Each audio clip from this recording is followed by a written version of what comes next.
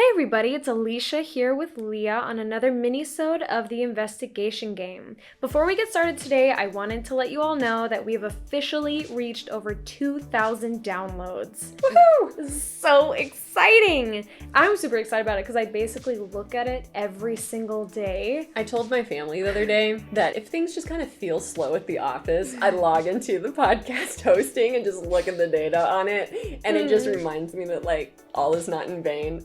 And I move on with my day. Like it's all worth it. Everything's like justified now. I'm like, oh, people do want to hear what we have to say. It's like we're making a little difference. Just a little. 2,200 downloads. And we're so close. That's actually what it was. Oh yeah? Today. Yeah. 2,200. And we are so close to reaching all 50 states. Oh, I know! One of these days, we're going to let you guys know which states we're not listened to in and just ask that you guys tell people in those states because I really want to fill out that map. I know. It'd be so awesome. Then we'll have another goal because we can't stop there. Oh, yeah. We'll have to start We got to with go the world. international, baby.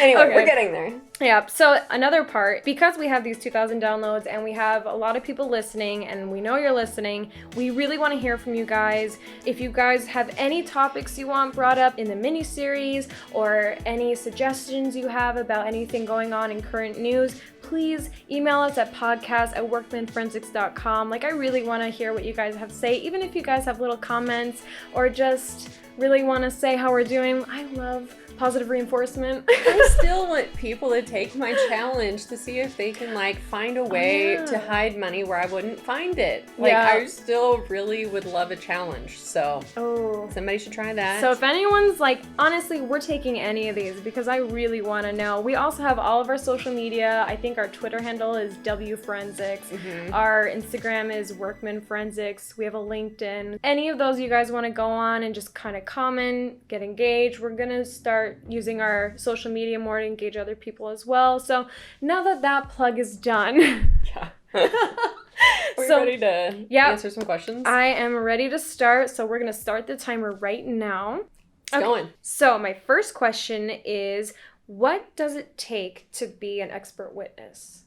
Someone thinking you're an expert. Oh, okay, great. Next question. Moving on.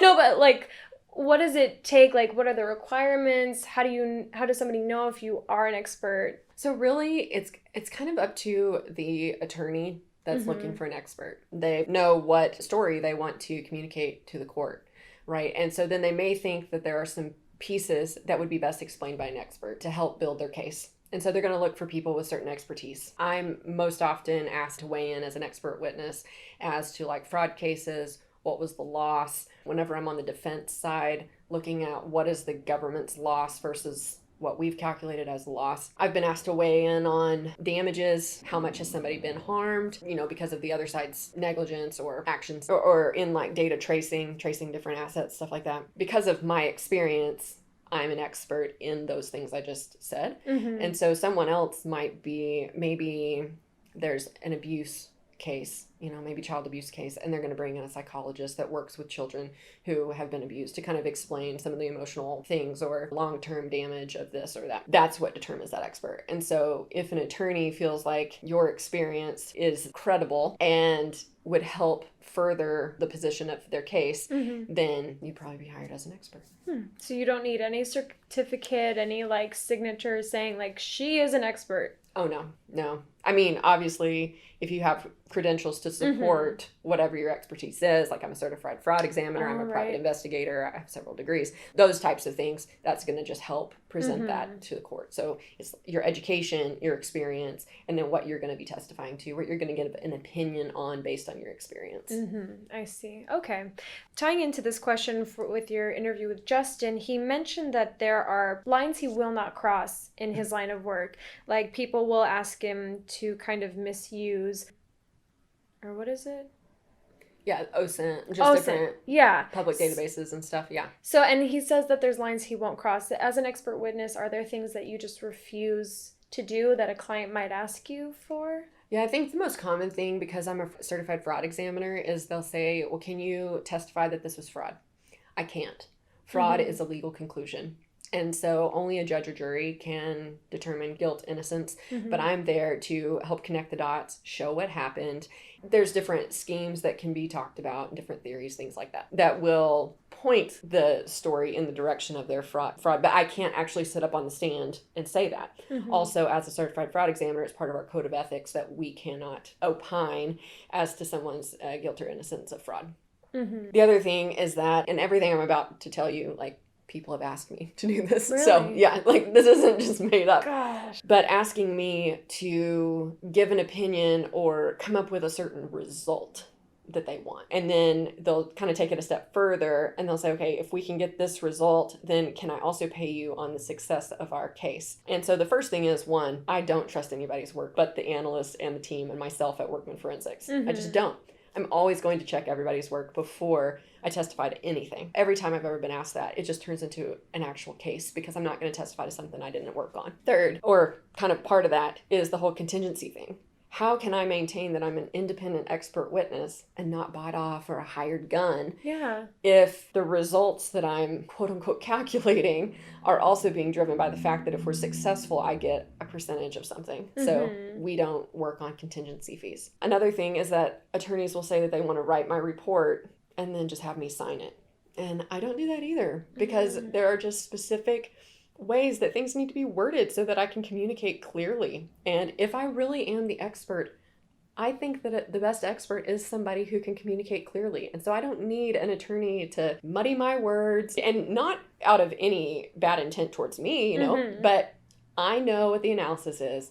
I know what the results are. I know how I got there, and I know how to present them in a way that's going to be effective. And so that's another thing that we do. Yeah, I think those are probably the most common. I just find it so weird that people would jeopardize their position as an expert in a court for somebody else. That just sounds so weird to me. Yeah, that's an interesting observation. I don't know how often it's discovered or how often like people track those things down to see if somebody's been compromised or not. But I just know that I do not want to sit on the stand and lie. Yeah. Oh. Like, I just can't even think of anything more I would cry. Detestable. Is that a word? Detestable. Anyway. So, one last question. Can we see how we're doing on time? Yeah, we're good. Oh, good. Nice. Okay. At one point in your interview with Justin, he talked about going down this really deep rabbit hole to find this woman, and he used Twitter, Facebook, and like images he saw online that she posted. It just like, it sounded so chaotic, like this giant web. And it kind of got me to wonder, is this kind of similar to Data Sleuth? And can you also kind of just re-explain Data Sleuth? Because when I heard him talking about it, it kind of made me think of how you explained it last time, but I wasn't too sure. First of all, Data Sleuth is something that I made up. Yeah, like it's in the process of being trademarked as something done by Workman Forensics, because I wanted to kind of show that the way that Workman Forensics works cases, forensic accounting, connecting the dots, is different. So traditionally, someone goes and interviews the subject, and then they ask for paper, lots of paper, and dig through documents, and then connect these pieces. And so eventually you've connected this whole thing, right? This whole case together. But it's a very manual process. And then maybe you input some of that information into a spreadsheet and draw a picture and blah, blah, blah. Okay, so the premise is the same. Like, we're following similar steps at Workman Forensics, but we're doing this with data. So instead of sampling something, we can look at all of it because we're collecting all of this data and running it through the investigative process, which we've also designed a process to make this super efficient for our clients, and so that we can get them very accurate results every time. In doing this, I thought, no, we're not forensic accountants who are going and like digging through paper or digging through journal entries. Like, we're kind of different. We're using some accounting stuff. We're using some bank stuff. We're using some research, like what Justin and his team would use. Like, we're using some of these things and we're connecting dots, but we're doing it all with data and with building macros. And now we've got people on our team who can use Python to create cool stuff. So really, we're sleuths, investigators, who use data to solve problems. So that's where this data sleuth concept came from. So I would say that Justin is a data sleuth. He's taking different kinds of data. He's taking public source data, and he is connecting dots with these public information to connect the dots and solve a case. I would say that that is similar. We've just used data sleuth to describe a type of forensic accounting or fraud investigation, or the process that you go through to do those things. Does that make sense? Yes. It's kind of a lot of information, but I think I get it. It's just basically using multiple resources and connecting it with data to come up with the end result, which is, I remember a Venn diagram that shows what should have happened and what did happen. Yeah. And there's the money. Yeah. So I got it down. You got it. I know data sleuth now. That's right. That's right. Which is also kind of exciting because of the new seminar. That's right. That's going on. So now we're offering the Be a Data Sleuth seminar. Mm-hmm. Basically, it's an 8-hour CPE day broken up into 4 2-hour segments. The first segment is turning case drama into a case plan, with data in mind the entire time. Then we're going to look at the power of patterns. So how are we going to solve our clients' problems using data, which is going to make us super efficient and find more. Then we're going to move into that concept of money laundering, tracing assets. How do we find assets that are connected to bad money? And that segment is taught by a retired IRS criminal agent who's an anti-money laundering specialist. It's super fun. And then we're going to wrap up the whole day with the investigation game case at the man cave. So we're going to knock out 2 hours of ethics, and then also just be able to take everything that we've learned all day and apply it to a real case with the people at your table, who are your team. What I really,